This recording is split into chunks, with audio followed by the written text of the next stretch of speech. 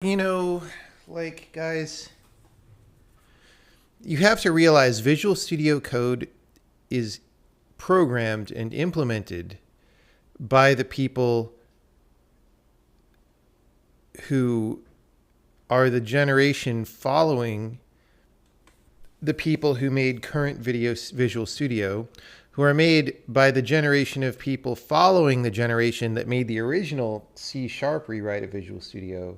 who was made by the generation following the generation who made the later C++ versions of Visual Studio, who were made by the generation following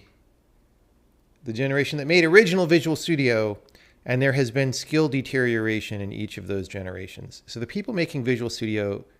Code have no idea what the fuck they're doing or how to program. Like, this is just the thing that you have to realize. It's being made by throwing warm bodies at the